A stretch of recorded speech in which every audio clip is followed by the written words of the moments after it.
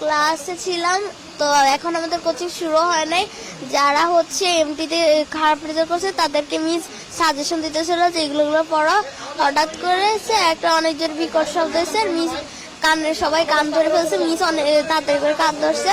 পরে এবার মিস বলে যে কি হয়েছে, আমি তো ভাবছি যে আকাশ থেকে মনে হয় শিলা বের কিছু পড়ছে।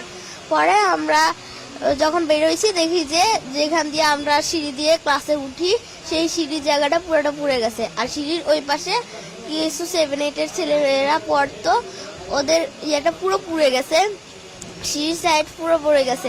ওখানে অনেকে মানে গড়াগড়ি করতেছে, 7-8 ছেলেরা তো ভয় দৌড় দিতে গেছিল। আগুনের পরে অনেকে গা লাল হয়ে গেছে, অনেকের খুব জামা কাপড় পুড়ে গেছে, তারা মাটিতে শুয়ে শুয়ে গড়াগড়ি করতেছে। আমাদের লর্ড মিস বলতেছে যে তো আমরা সিঁড়ির দিকে দৌড় দিতে, আমরা ভাবছি যে মিস যেটা বলছে এটাই ঠিক। আমরা সিঁড়ির দিকে দৌড় দিছি, মিস বলছে আগুন নিভে গেছে, ধোঁয়া উঠতেছে।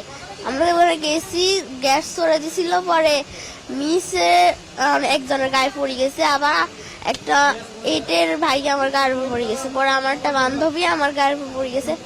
আমি অনেক কষ্ট ওখান থেকে উঠে আসছি। পরে বারান্দার যে গ্রিল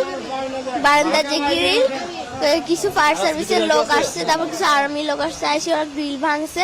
ভাঙার পর আমাদের ওখানে ট্রান্সপোর্টের যে গাড়ি রাখা হয় ওখানে একটা গেট আছে, গেট ভাঙে গেট হচ্ছে জানলার সাথে যে লাগাই দিয়েছে যাতে সিঁড়ির মতো করে যাওয়া যায়। পরে 7-8 জন মিলে নামাইছে।